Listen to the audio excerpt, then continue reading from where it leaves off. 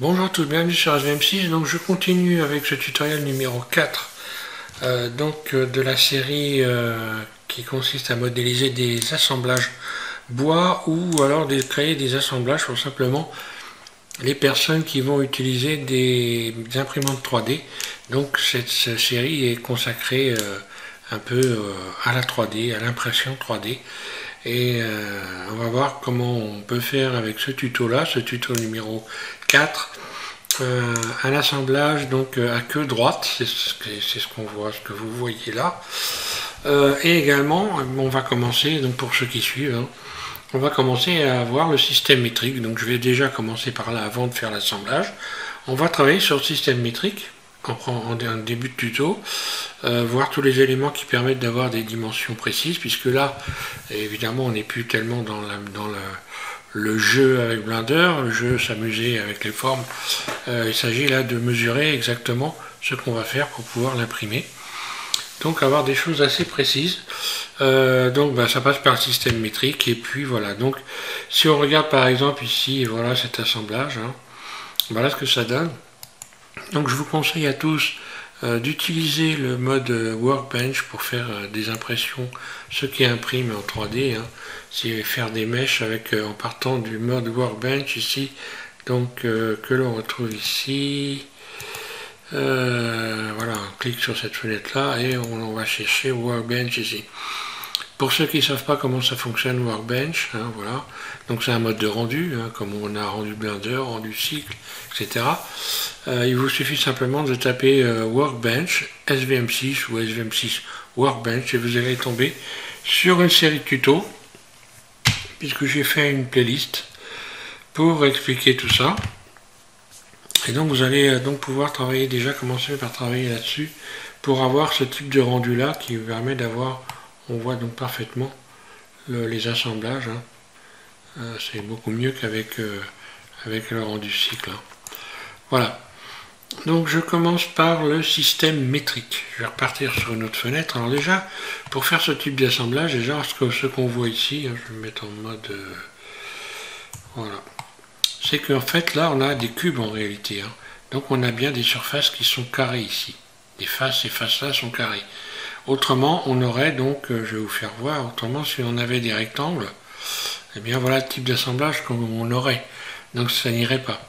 Donc on est obligé de penser que ici il va y avoir donc des formes cubiques pour faire donc les tenons et les mortaises en quelque sorte. Voilà. Je repars donc, je disais, alors ça je vais fermer cette fenêtre là sur une autre fenêtre, et puis c'est parti pour les explications. Voilà, donc je suis sur la version 2.82 de Blender. Donc ce qu'on va faire, c'est valable pour la version 2.80, 2.81, 2.82, 83, etc. Pour les versions avant, non évidemment, puisque là on a complètement changé à partir de la version 2.80, tout a changé avec Blender. Donc la première des choses, on va donc modifier le système métrique, puisque là on va plus parler de mètres. Parce que là, si vous regardez une case, elle fait 1 mètre. Chaque carreau fait 1 mètre quand vous allez ouvrir. Et donc, nous, on va travailler évidemment en millimètres. Donc, pour faire ça, vous ajoutez déjà un cube. Vous allez voir, vous ajoutez un cube. Ce cube, il fait 2 mètres par 2 mètres par 2 mètres. Et vous allez tout de suite, maintenant, ici, ouvrir cette fenêtre. Et on va aller modifier le système métrique en cliquant sur cette icône-là. Donc, c'est une propriété. Un clic gauche, puis ici j'ouvre unité. Voilà. Donc on va, donc là c'est la valeur les unités qui sont utilisées sont des mètres. Donc nous on va utiliser des millimètres. Donc vous tapez 0.001 là. Et ici vous allez taper la longueur à la place de mètre, millimètre. Donc c'est ce qui sera transcrit en millimètres en fait. Et maintenant ce qu'on va voir, c'est que voilà, vous voyez que la scène, on ne voit plus tous les. Quand on bouge l'élément, on ne voit plus le quadrillage ici. Alors le quadrillage ici, à partir de maintenant, fait 1 mm par 1 mm. Chaque carreau fait 1 mm par 1 mm. Donc pour le constater, il suffit de cliquer ici sur l'outil à mesurer, donc mesure. J'appuie en continu à gauche, Et là, on voit que voilà, j'ai 1 mm, je le mets à peu près. Hein. D'ailleurs, je vais directement mesurer ce cube maintenant, alors qu'à la base, il faisait 2 mètres par 2 mètres. Et bien maintenant, si j'appuie en continu n'importe où ici, dans le cube, et j'appuie en même temps en continu sur CTRL. Puis on voit que j'ai un petit cercle qui est blanc, qui est venu se mettre au bout ici, et je vais le positionner par exemple au bout de cette arête-là, paf, et je lâche. Un clic gauche en continu, je rattrape ici l'outil à mesurer, je peux le bouger, puis j'appuie sur CTRL en continu et je viens, donc il y a on le voit, il y a un petit cercle qui vient se positionner, et hop, je viens le mettre au bout, il va se coller, voilà, hop là c'est pas le cas, donc je recommence là, et normalement voilà, et bien on voit que le cube fait donc 2 mm. Donc ici tout est affiché, il n'y a pas de problème. On va pouvoir afficher donc également les dimensions, toutes les dimensions. Alors là, maintenant je me mets dans le mode Workbench, puisque là j'y suis pas, hein. Voilà, de manière à ce qu'on voit bien. Pareil, je vais, comme je suis dans le mode Workbench, je vais aller rajouter ici un studio. Et puis, voilà, je vais modifier les ombres, hein, de manière à avoir un effet un peu plus sympa. Voilà. Je vais également rajouter donc sur les arêtes des ombres. Voilà. Là, je clique sur le 2. Alors, je vais très vite là parce que hein, j'ai fait un tuto exprès pour ça, donc autant que vous alliez le voir. Voilà, et je clique sur contour ici. Voilà, comme ça je vois bien les éléments. Là, je vais peut-être choisir quelque chose qui va être qui devrait donner un peu plus de couleur. Oui, enfin voilà, là ça me paraît, ça va être pas mal. Et je clique sur aléatoire, voilà, comme ça j'ai une couleur. Donc je reviens sur mon outil à mesurer. Donc on commence par là, puisqu'il faudra bien qu'on mesure tout ce qu'on fait. Donc cet outil, quand on s'en est servi, si on veut l'effacer, si on ne s'en est servi qu'une fois, on fait simplement, on le resélectionne. Ici je positionne ma souris dessus, un clic gauche. Donc là je l'ai resélectionné, il vient de s'éclairer. Hein. Et puis je fais X, voilà. Je recommence. Là, comme il est sélectionné ici, j'appuie ici, n'importe où, hein, peu importe, juste pour positionner la pointe ici. Je vais cliquer en continu sur CTRL, un cercle vient se positionner, hop, je lâche, je le rattrape ici en positionnant mon curseur de souris, j'appuie, je fais un clic gauche en continu pour pouvoir le bouger. Puis ici, en appuyant sur CTRL, maintenant, voilà, je viens positionner. Là, j'ai mes 2 mm. Si je venais faire un clic gauche en plein milieu ici, eh bien, je peux attraper, comme ceci, l'outil à mesurer et cette fois-ci, utiliser les angles. Donc, je peux parfaitement déterminer un angle. On va s'amuser avec un angle droit, par exemple. Donc, je fais X, je désélectionne tout ça. Je me mets en vue 1, voilà, on va regarder un angle droit. Pareil, j'appuie, on continue, je vais cliquer sur CTRL, je vais aller, voilà, mettre ça ici par exemple, et l'autre, je vais le mettre juste en face, là, et là, je fais simplement un clic à gauche, et je bouge ma souris. Je vais venir donc positionner. Ensuite, j'appuie évidemment sur CTRL. Un petit cercle vient se positionner. Et hop, je peux glisser et lâcher. Et bien, j'ai bien un angle droit ici. Alors, on va se confirmer qu'on a bien un cube qui fait de 2 mm de dimension 2 par 2 par 2 en se mettant, en allant ici chercher, en cliquant sur N. J'ai donc ici, voilà, les dimensions du cube qui se situe ici.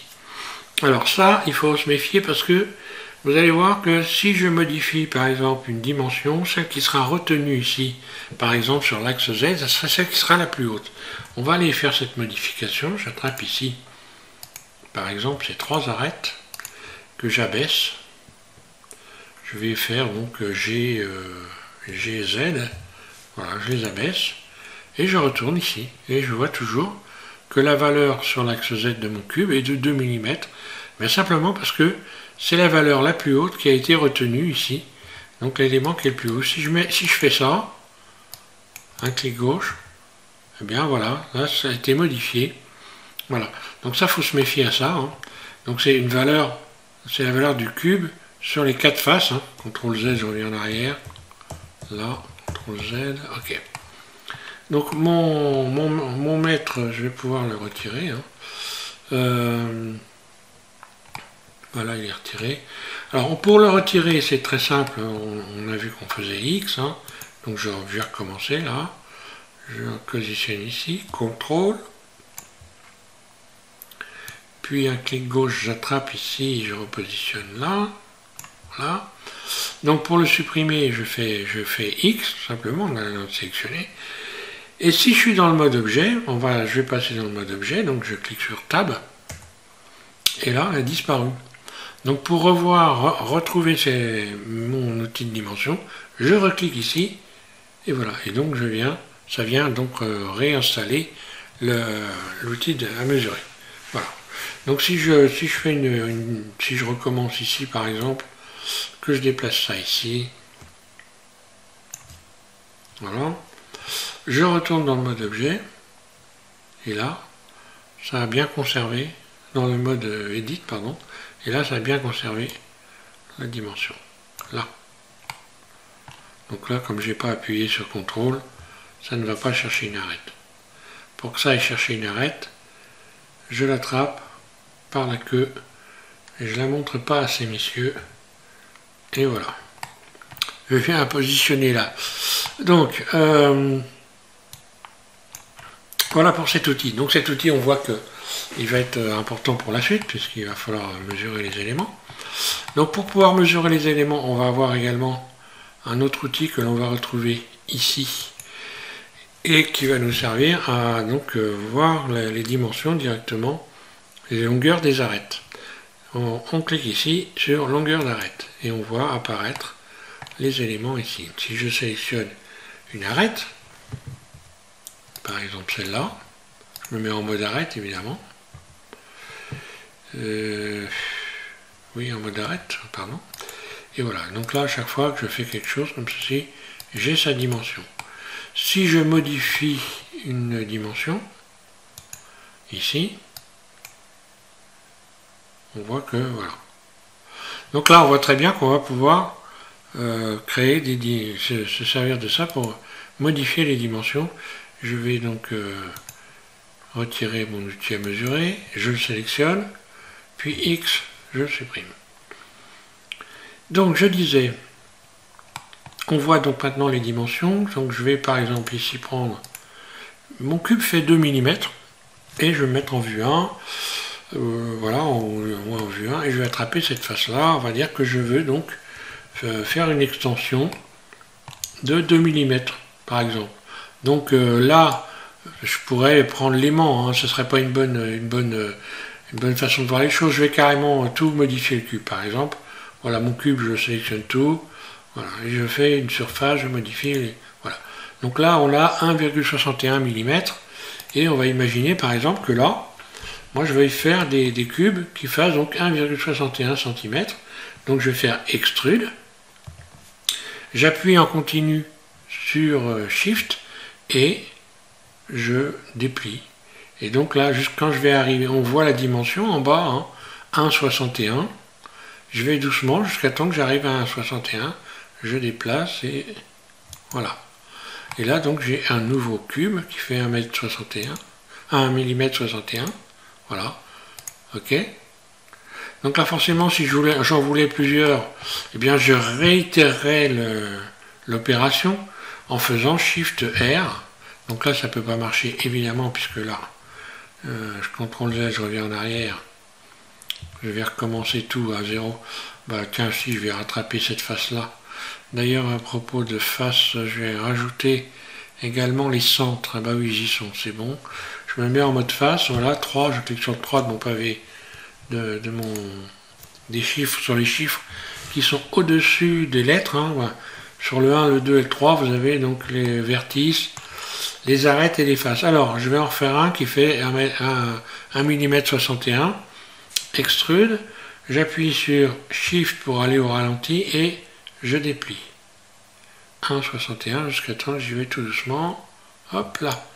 Voilà, et maintenant je peux donc en faire plein en faisant Shift R, Shift R, Shift R. Voilà, j'appuie sur Shift en continu, et puis R, R, R, R.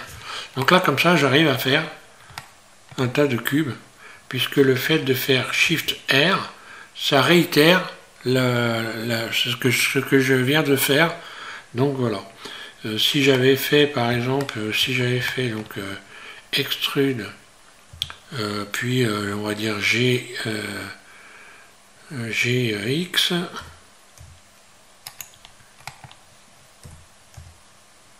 voilà, si je fais ça, et que je fais Shift R, voilà, à chaque fois je l'agrandis le truc. Là j'ai fait GX, je reviens en arrière, CTRL Z, voilà, j'ai pas fait extrude, pardon, extrude, voilà, un clic roulette pour venir mettre ça, là, hop, je fais ça, et donc CTRL R,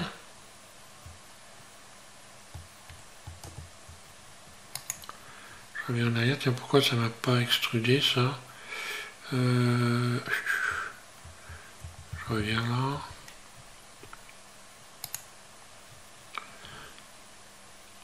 ah oui, ça y est, j'ai compris, ah oui, d'accord. J'ai fait malheureusement 2 fois extrude. Donc Shift R. Puis je vais faire maintenant extrude.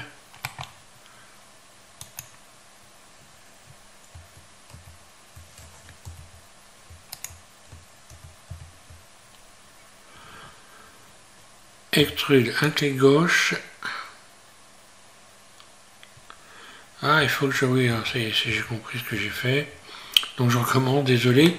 Je fais extrude, tout de suite je bouge ma souris comme ceci. Et je fais ça par exemple, voilà, un clic gauche. Et maintenant je fais Shift R et voilà. Ok. CTRL Z. Je reviens en arrière, donc voilà. Donc là on voit qu'on a donc, on va pouvoir contrôler qu'on a bien 1,61 mm. Hein. On peut utiliser donc maintenant l'outil à mesurer ici.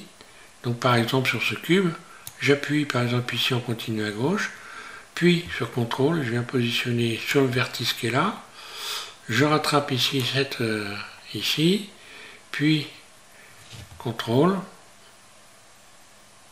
là, et là on s'aperçoit qu'on n'a pas tout à fait, alors c'est un peu le problème, on ne sait pas pourquoi, mais bon là il y a une petite différence. Donc grosso modo, on voit qu'il y a 0, des bananes voilà, de différence. Hein.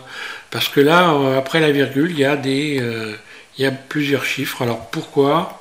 J'en sais rien. Donc moi finalement, je me suis dit que j'allais tenir compte tout simplement du tableau d'affichage. Non pas de celui-là, mais des cubes. Parce que celui-là, est-ce qu'il est très très fiable? Je suis pas forcément, j'ai envie de dire. Hein. En tous les cas, bon, il faut bien tenir, il faut bien prendre une dimension pour référence. Donc celle-là me permet, l'outil me permet de juger approximativement. Et autrement, je sais que là, voilà, j'ai 1,61 quand je clique dessus. Hein. Et moi, je vais plutôt tenir compte de ces valeurs-là. Après, il faut faire un essai pour les gens qui vont imprimer. Hein. Voilà. Donc grosso modo, là on a fait le tour de ce qu'on pouvait faire. Je réfléchis. Donc c'est pareil pour tout évidemment. Hein. Si je fais des faces internes, eh bien on va voir que les faces internes. Alors là il y a une espèce d'imbroglio de dimensions. Donc si on zoome, voilà. Hein, c'est mieux voilà pour voir. Voilà, donc là j'ai 0 mm 75, ce qui fait que donc si je reprends les explications donc, de Pascal au sujet donc, justement des différences qu'il doit y avoir entre le tenon et la mortaise pour que les uns et les autres puissent s'emboîter quand on a fait une impression, et bien là on voit qu'on peut descendre donc en dessous du millimètre et effectivement aller à 0,50 pour pouvoir donc mesurer les éléments correctement et pouvoir les imprimer directement sans être obligé de faire quoi que ce soit. Sans être obligé de bidouiller avec l'imprimante, puisque apparemment l'imprimante, si j'ai bien compris, donc Pascal donc Barraud, hein, qui suit les tutos, m'a précisé qu'il fallait donc pour pouvoir emboîter des pièces que les différences entre les unes et les autres soient de 0,5 mm. Autrement dit, il faut que soit une mortaise soit 0,5 mm plus grande que le tenon, ou le contraire, que le tenon soit 0,5 mm plus petit que la mortaise. Alors maintenant, on va voir peut-être qu'en utilisant, il y a une chose qui va peut-être être intéressante à voir. Est-ce qu'on peut... Je me pose des questions, est-ce qu'on peut avoir... Est-ce que je vais pouvoir faire ça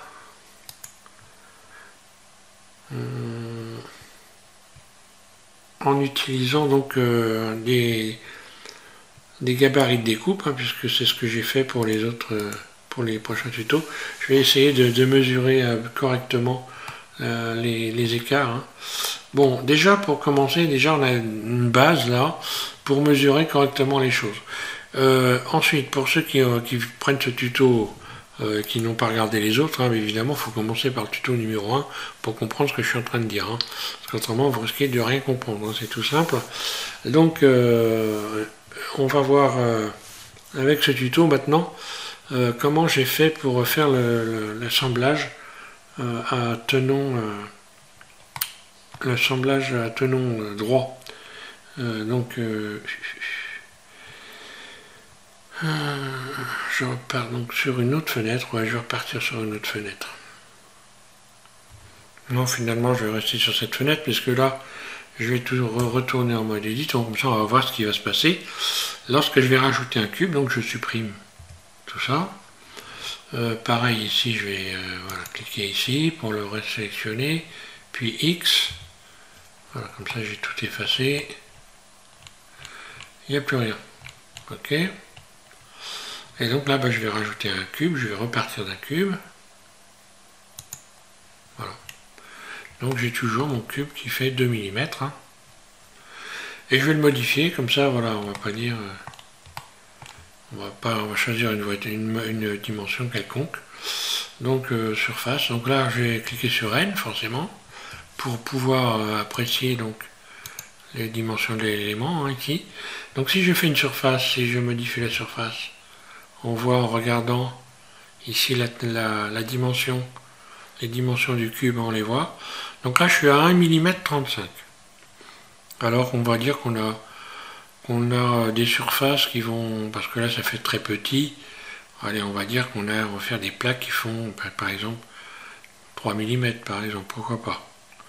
Donc je pourrais par exemple simplement ici modifier, hein. Là je vais taper 3 et 3. Donc je fais 2 clics ici.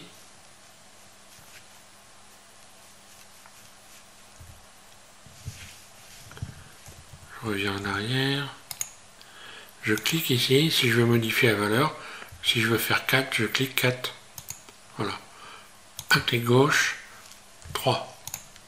Et un clic gauche encore pour valider. OK. Donc on va faire notre petit assemblage donc à queue droite. Alors là je vais modifier les valeurs, comme ça j'ai mis 3 mais je vais plutôt faire quelque chose qui n'est pas rond, comme ça on va bien voir. On peut le faire. Voilà, 2,53. Allez hop, 2,53. Donc là si je contrôle, si j'utilise l'outil, donc j'ai cliqué sur le 1 de mon pavé numérique pour me mettre en vue de face. Je clique sur l'outil à mesurer, donc mesure, puis ici j'appuie n'importe où à clic gauche en continu, je positionne CTRL dans le coin, j'attrape ici, CTRL en bas. Et là on voit une petite différence, voilà. Là c'est 53, et là encore une fois, ça correspond à 2 mètres 51, 52, 90, voilà. Donc presque 53, hein. Avec un chouille après, ok. Donc X, je supprime ça. Et voilà. Et maintenant, donc, je vais, pour pouvoir faire mon assemblage, multiplier ce cube. Je me remets en vue 1. Je vais me remettre en mode Edit. Voilà.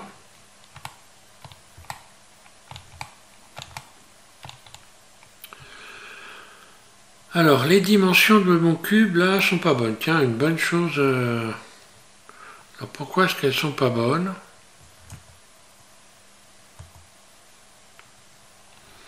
Tiens, voilà encore un truc qui est bizarre que je n'avais pas remarqué. Alors, ce que je vais faire, je vais tout simplement retirer longueur d'arête et resélectionner en... Ah bah non, ça fera... Tiens, c'est amusant ça. On va sélectionner arête pour voir. On dirait que j'ai détecté un bug. 2 mm. Donc oui, j'ai compris pourquoi. En fait, là, le cube, je vais tout simplement faire CTRL A pour déterminer que ce sont ces nouvelles dimensions. Donc CTRL A, taille, échelle. Un clic gauche. Et on va voir ce que ça donne. Voilà, et ça a fonctionné. Donc j'ai réinitialisé l'objet en quelque sorte en faisant ça. Donc voilà, je reviens ici. Si on regarde les dimensions, voilà, elles sont devenues bonnes. Hein. Simplement, ici, j'ai modifié les valeurs dans le mode objet. Et en fait, quand on fait ça, eh bien, dans le mode objet, on n'a pas édité quelque chose. Et pour pouvoir donc éditer, quand on a fait une transformation dans le mode objet, il faut faire CTRL A, et voilà, CTRL A, et aller cliquer sur taille, échelle, ou si on a fait une rotation, taille, etc. Donc là, ça va être taille, échelle, et voilà, donc ça ramène les valeurs correctes. Donc ça, il faut bien faire attention à ça, hein. On ne va pas se laisser surprendre avec ça. Quand on fait des modifications, il faut les faire en mode edit pour qu'elles soient prises en compte. Si on les fait en mode objet, elles ne sont pas prises en compte. Et donc, on est obligé, enfin, en quelque sorte, de les valider en faisant un CTRL A. Voilà. Alors, j'ai donc bien mes dimensions. Je vais prendre mon cube, je vais prendre ici cette face-là, je me mets en vue 1. Et donc là, il faut que je fasse 2 mm 53. Il faut que j'augmente. Donc je fais extrude, j'appuie sur Shift, et jusqu'à temps que j'arrive ici à 2,53 mm. Là, 2,50, 2,60, 2,54 et 2,53. Un clic gauche. Voilà. Et je vais réitérer en faisant Shift R, Shift R. Voilà. Tout le long de la surface que je veux faire. Donc si je fais 10 cubes, ben, j'ai 25 cm. Hein. 25 cm,3. Et ainsi de suite. Donc voilà, je le fais au pif, hein, c'est pas important, de toute façon, là c'est juste pour la démo. Hein. Alors ensuite c'est pareil, donc là je vais avoir besoin de répertorier cette dimension sur les éléments que je vais donc faire ressortir ici. Donc là c'est 2 mm 53. Je sélectionne un cube sur 2, enfin une face sur 2, par exemple. Vue de dessus. Donc là c'est normal, il faut zoomer pour bien voir. Et je vais faire extrude, E, et je bouge doucement, j'appuie sur Shift en continu. Et là, je vais aller rechercher donc 2,53 pareil. 2,53 mm. Un clic gauche. Là. Donc là, j'ai chaque embout ici, chaque tenon, puisque ça va être des tenons.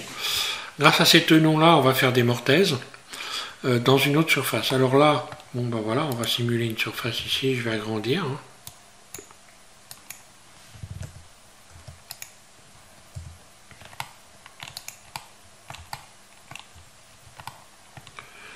Voilà, hop, je sélectionne ça par exemple. Bon, là je me suis pris chou, il suffit de sélectionner ça, hein, et puis d'aller dans coplanaire hein, pour sélectionner toutes les faces qui sont là directement. Donc moi je l'ai installé dans mon menu préférences, des préférences, et moi j'ai coplanaire qui est directement installé dans mon menu ici. Ce qui fait que je vais très vite sélectionner les éléments comme ça. Hein. Alors coplanaire, et puis comment on fait un menu favori, j'ai fait un tuto dessus, vous tapez SVM6 menu favori, vous allez voir comment vous pouvez créer un menu favori pour avoir donc la liste des outils que vous vous servez le plus souvent. Hein. Quand je clique sur la lettre Q, eh bien j'ai tous les outils ici dont je me sers très souvent. Ça permet de faire des sélections très rapides comme ça. Alors extrude, voilà, je l'agrandis, donc on imagine ici qu'on a une surface comme ça. Voilà, et maintenant on va faire un assemblage. Donc ça veut dire que il va falloir que je refasse la même pièce que ça par exemple. Donc je vais sélectionner ça. Je vais sélectionner cette pièce là, voilà. Même carrément avec... oui, même sans ça, enfin voilà, je vais dupliquer ça par exemple. Ok, là je vais sélectionner ça, puis coplanaire, je réitère, voilà. J'ai fait coplanaire, ah oui, ça m'a fait tout le tour là, cette fois-ci, bon. C'est pas grave. Donc ça, plus ça, là. Et puis je vais dupliquer, Shift D. Un clic gauche, donc toujours attention à ne pas déplacer les éléments quand on fait le clic, quand on duplique. Et qu'est-ce qu'on voit? Je me suis planté. Il y a un tout petit écart, il est très léger, mais c'est faux. CTRL Z, je reviens en arrière. Shift D. Et c'est en faisant un clic gauche qu'il faut surtout ne pas bouger la souris. Voilà. Donc là, j'ai fait un clic gauche, j'ai pas bougé la souris. Si je fais, si je déplace, donc je vais le déplacer sur l'axe Y, je vais faire G, Y. Là, je suis pile en face. Donc là, je vais retirer les dimensions parce que là, voilà, ça gêne un plus qu'autre chose pour le moment. Après, on peut les rappeler autant de fois qu'on veut. Hein. Voilà, et ici, je peux fermer cette surface, ici, puisqu'elle est ouverte. Hein. Donc, il suffit de se mettre en mode arrête ici. Là, vous sélectionnez le tour, donc Alt, un clic droit en mode arrête, là. Soit là, soit je clique sur le 2 qui est au-dessus de mes lettres, hein, des lettres de mon clavier. Là, vous avez les chiffres au-dessus des lettres 1, 2, 3, 4, 5, etc. Hein. Juste en dessous des F3, F5, F4, voilà. Voilà, et donc là, je peux par exemple faire sélectionner tout le tour. Je peux remplir par une grille, par exemple. Donc je vais remplir par une grille. Pour faire ça, je vais aller simplement dans Face, et puis remplir par une grille, voilà. Comme ça, je ferme tout d'un seul coup. Hein. Je vous donne des petites astuces en même temps. Bon, alors maintenant, il va falloir qu'on fasse un emporte-pièce. Donc, encore une fois, pour ceux qui n'ont pas suivi les tutos depuis le début, vous n'allez rien comprendre. Hein. J'ai créé des emporte-pièces pour pouvoir donc faire des tenons et les mortaises. Donc, de manière précise. Donc je vais sélectionner mes emporte-pièces. Donc là par exemple je peux sélectionner ça pareil. Je vais faire coplanaire, hein, voilà. Puis je vais faire CTRL plus. Voilà, et j'ai hop tout sélectionné comme ça d'un seul coup. Donc ça aussi les sélections, hein, pour les personnes qui apprennent, si vous regardez ça et que vous apprenez, hein, il faut travailler sur les sélections, hein, et ça aussi j'ai fait des tutos pour les sélections. Hein. Donc les sélections rapides. Voilà, donc maintenant je vais me servir de cet objet-là. Je vais sélectionner plutôt celui-là. J'ai fait une bêtise. CTRL L pour tout sélectionner. Hein. Voilà, CTRL L. Et je vais en faire un nouvel objet, P. Sélection. Voilà. Donc maintenant, quand je retourne en mode objet, j'ai deux objets différents. Le nouvel objet qui est venu s'inscrire ici. Et celui-là qui est là, c'est le premier. Ok, donc je les ai pas renommés, hein, parce que c'est pour l'instant c'est rien que des cubes. Hein. Voilà. Et puis en moyenne, moi je renomme rien. J'ai l'habitude comme ça ne me gêne pas du tout. Donc, je disais, il va falloir donc faire des emporte-pièces, encore une fois. Donc ce que je vais faire, je sélectionne cette face-là, puis je fais donc, je clique sur ma lettre Q et je vais aller chercher donc coplanaire. Puis CTRL plus, là, et donc je vais dupliquer, Shift D, ma sélection ici, Shift D. Voilà, là apparemment j'ai rien bougé, donc tout va très bien. Puis P, sélection. Et quand je retourne en mode objet, j'ai donc un nouvel ensemble d'objets, là, qui donc est cube 2. Ok. Et maintenant je vais m'en servir de ça pour pouvoir faire, hop là, cube 2, pour pouvoir faire donc les mortaises. Alors les mortaises doivent être plus grandes que les tenons. Donc simplement déjà, je vais commencer par emmener mes objets en mode Edit. Je sélectionne tout A et je vais modifier la dimension déjà sur Z. Donc là, la dimension sur Z, comme elle ne va pas toucher du tout à l'objet ici, je peux la modifier autant que je veux. Si je fais S, Z, voilà, je peux faire ça carrément. C'est pas un problème. Donc maintenant, pour que mes mortaises soient plus grandes que mes tenons, évidemment, il va falloir que j'agrandisse les surfaces ici. Là. Il va falloir que j'agrandisse ça et ça, etc. Donc il va falloir que je sélectionne tout.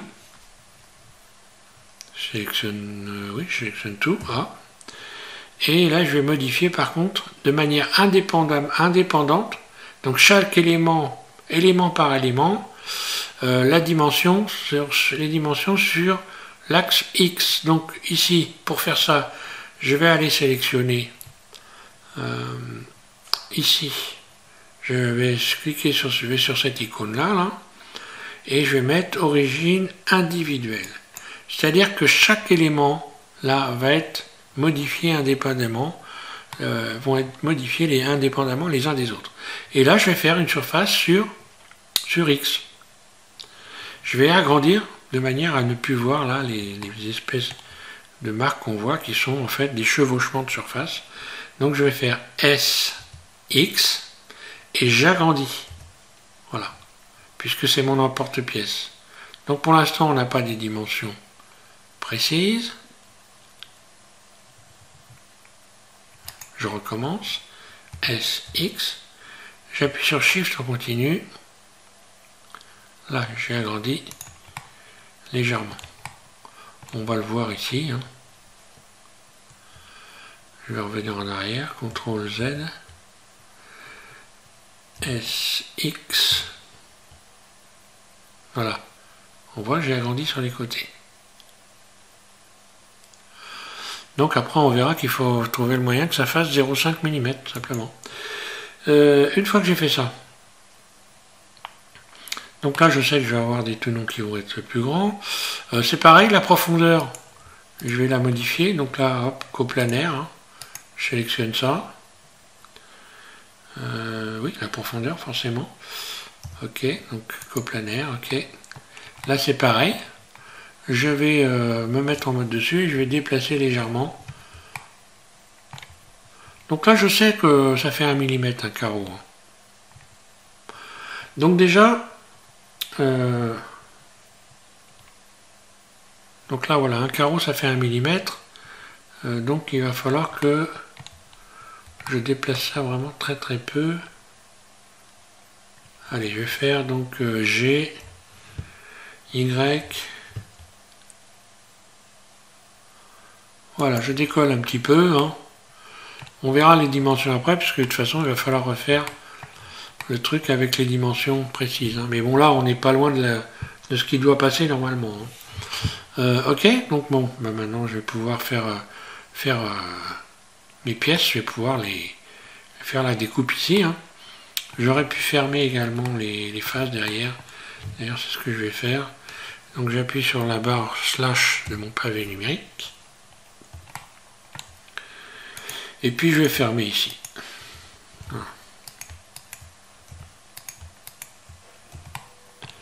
Voilà, pour avoir un emporte-pièce correct. Je ferme.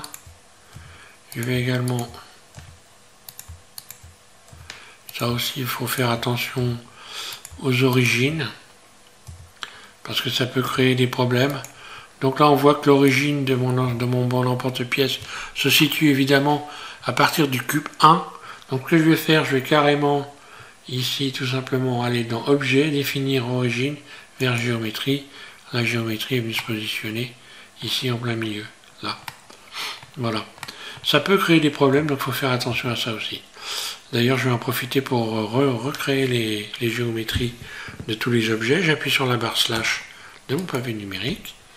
Et là, c'est pareil, je vais remettre les géométries vers les... Voilà, origine vers géométrie. Et là, pareil, origine vers géométrie. Voilà. Alors maintenant, je vais pouvoir donc emmener cette surface-là, venir la mettre au bout de l'autre. Je me mets donc en vue de dessus. Puis G, Y. Voilà, je vais venir la coller pile sur l'autre. G, Y. Donc là, encore une fois, j'utilise le zoom pour faire G, Y, pour faire quelque chose de précis. Je zoome encore, je tourne la roulette de ma souris, jusqu'à temps qu'ici l'écart soit quasiment 0. G, Y. J'appuie sur Shift en continu. Je zoome. G, Y. Et l'air de rien. Hein.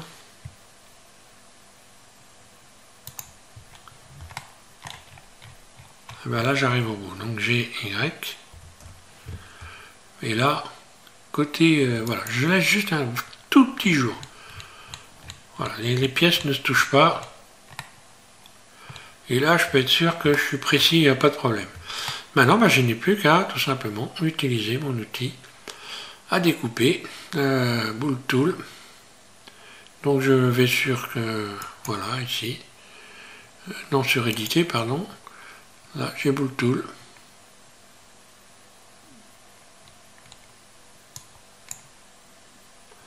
Je vais réouvrir, voilà. Donc, en premier, je sélectionne les surfaces qui découpent. Ça, ce sont les découpeurs, c'est des emporte-pièces. Puis, j'appuie sur Shift en continu et je sélectionne l'objet qui va être découpé. Un clic droit. Donc, déjà, un clic droit sur ça. Puis, Shift, un clic droit sur l'objet qui va être découpé. Et je clique sur Différence. Et voilà, ma découpe est faite. Donc, si tout se passe bien, parce que, est-ce que c'est obligé que ça se passe bien toujours? Je vais aller voir la découpe. Ben voilà. Bien, apparemment, il n'y a pas de problème. Donc, on va contrôler qu'il n'y a pas de problème pour les personnes qui impriment. Donc là, j'ai bien un petit jour ici, que je n'ai pas calculé, mais voilà, hein, que je vais pouvoir calculer par la suite, puisqu'on a commencé à se servir. Je vais me mettre en vue de dessus, comme ça, on va bien voir que j'ai un petit jour partout. Voilà. Il faut vraiment zoomer. Alors là, comme je me suis mis à touche-touche, j'en ai pas, évidemment, hein, où vraiment il est très très petit. Et donc, il va falloir faire en sorte que ça, cette dimension-là, ici, ben, ça représente 0,5 mm.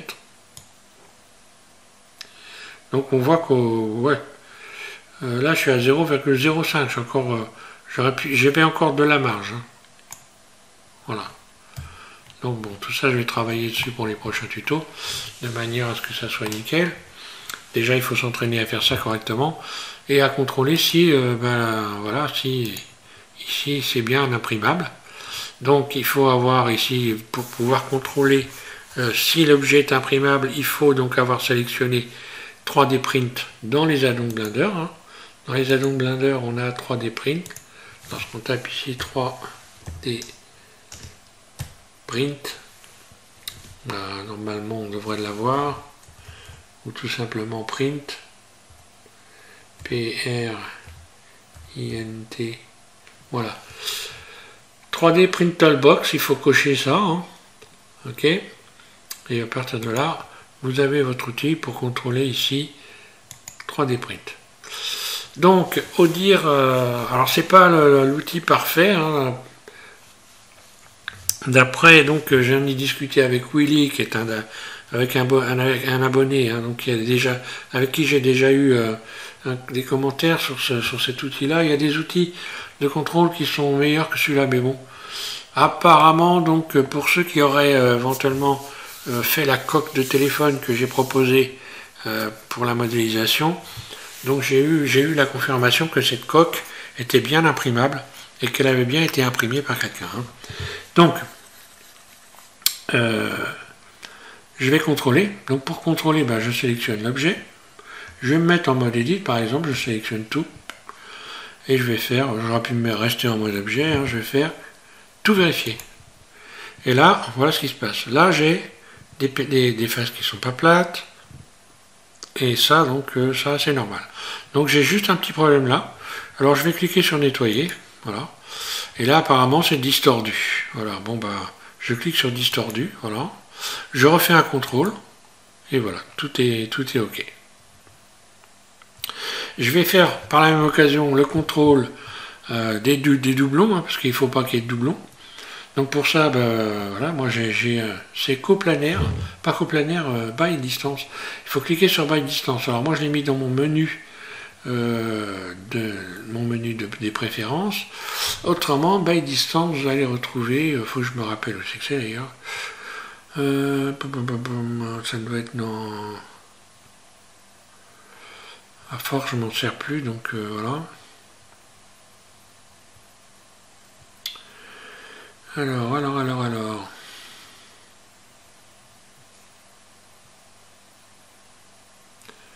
Non, c'est pas là.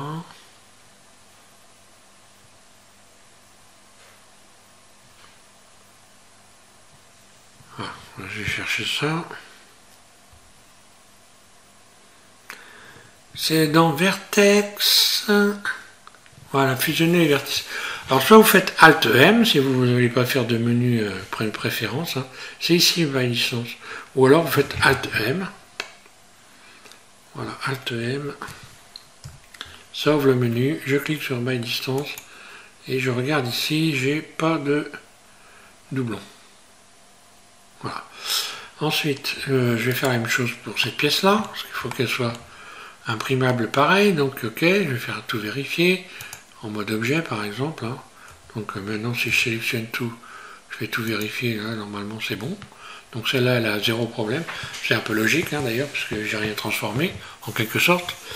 Je n'ai fait que faire des extensions, donc voilà. Je vais contrôler quand même par mesure de sécurité by distance. Voilà, ici le résultat est là, hein, 0 vertice, donc je n'ai pas de problème. Donc tout ça est imprimable. Maintenant si je vais emboîter les éléments, voilà, simplement je vais faire une rotation là. Voilà, c'est ce qui est le plus simple à faire. Je vais faire une rotation RX, voilà. Donc là RX 90, voilà, RX 90. Puis dessus. Et là, voilà, je vais faire G. Pareil, j'appuie sur Shift. Je vais venir rapprocher ça. Donc là, on voit tout de suite l'avantage de ce mode Workbench auquel on peut rajouter les ombres. Donc ça aussi, c'est très très bien. Voilà, donc G, Shift en continu. Je zoome. Ah, là j'ai dû faire un déplacement un peu pas terrible. GX.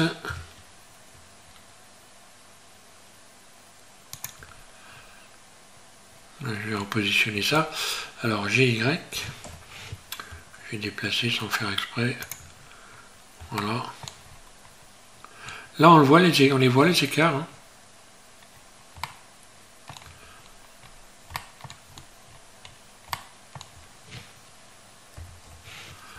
Bon, finalement, c'est ce qui va le plus vite. Hein.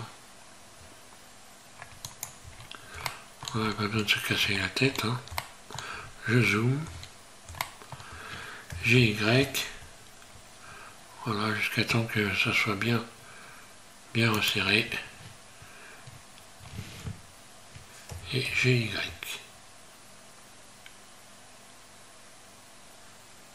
Là. Je suis vraiment au plus proche. Je reviens en arrière. Et cette fois-ci, je vais mettre en vue 3. Et je vais faire le contraire, donc GZ.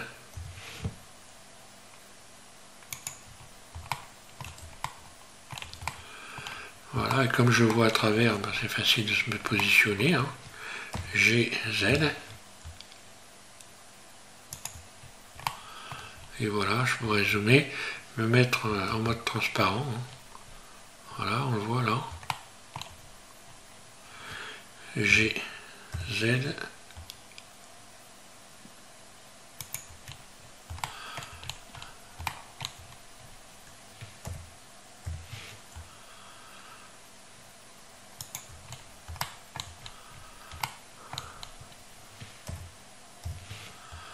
Voilà.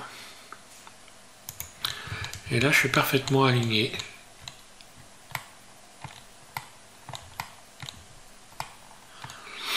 Voilà, bah là, j'ai peut-être un petit peu forcé la dose sur la taille ici du...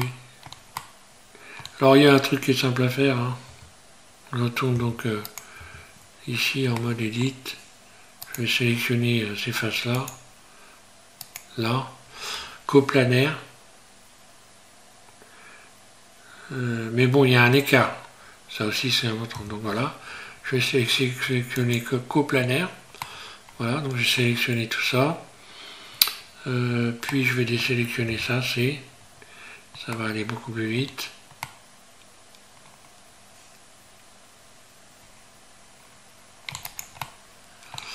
Puis voilà. Ah bah si, j'aurais pu... non, j'ai dit des bêtises. Il faut que je reprenne tout coplanaire. Coplanaire, voilà, il faut que je modifie tout en fait. Bon, j'aurais pas une planche de la même dimension, ou alors si je veux garder la même dimension, je vais plutôt repositionner plutôt celle-là. Alors je vais faire donc GZ là. Ok, ensuite j'emmène à mode Edit, coplanaire, voilà, comme ça je me remets en vue 1. Et là pareil, je vais faire GZ et venir repositionner ça pile. Voilà.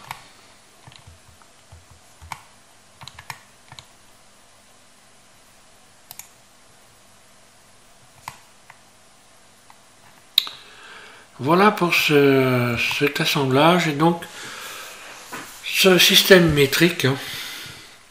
Donc là on va voir que si je rajoute une caméra et que je fais une image, normalement tout se passe bien. Pour ceux qui ne veulent pas imprimer mais qui veulent faire des images, hein, voilà, je vais ajouter une caméra. Voilà, caméra. Je vais faire CTRL ALT 0. Et voilà. Après je peux aller modifier l'objectif de ma caméra. G. Donc là ça bouge beaucoup moins vite quand je fais G, oui. Ce qui est normal. Hein. Après il vaut mieux, pour aller plus vite, il faut aller se servir plutôt des éléments ici pour modifier. Et puis voilà, on va faire un rendu histoire de s'amuser. Donc F12. Voilà. Donc pareil, quand on veut faire, si on veut faire des plans 3D, ben, hein, voilà, ça peut être sympa d'utiliser ce mode-là hein, pour bien voir les éléments. On peut modifier le fond aussi pendant que j'y suis, vite fait. Hein. On peut modifier la couleur du fond. Hein. Voilà. Hein. Je peux également modifier le contraste et tout ça en allant ici dans le monde, pas dans le monde, dans les réglages ici de ce mode. Ici, je peux aller modifier ici la gestion des couleurs. Hein. Donc bon, j'ai fait un tuto, je vais pas recommencer, hein, mais bon voilà. Je peux la gamma, luminosité. J'ai des aspects qui sont déjà pré-réglés. Ici avec le contraste. Si vous voulez, c'est la même chose que si je modifie ici. Hein. Ou alors ici, utiliser la courbe, voilà. Là. Voilà, et si je fais un rendu F12, voilà ce que ça donne. Et si je veux enregistrer les images, ben je vais dans Images ici et je vais enregistrer enregistrer sous et j'aurai mon image sur mon bureau. Voilà. Voilà pour ce tutoriel numéro 4. Donc prochain tuto, je vais faire je vais utiliser le système métrique cette fois-ci. Alors on va faire une queue d'aronde, on va repasser sur un ensemble comme ceci avec des queues d'aronde. Je réfléchis, non, on va faire une queue d'aronde simple, mais tout entièrement mesurée. Voilà. Et je vais aussi bosser sur comment je vais pouvoir faire mesurer les écarts ici pour avoir, donc, comme me le conseille Pascal, des écarts de 0,5 mm. Donc je vais travailler là-dessus.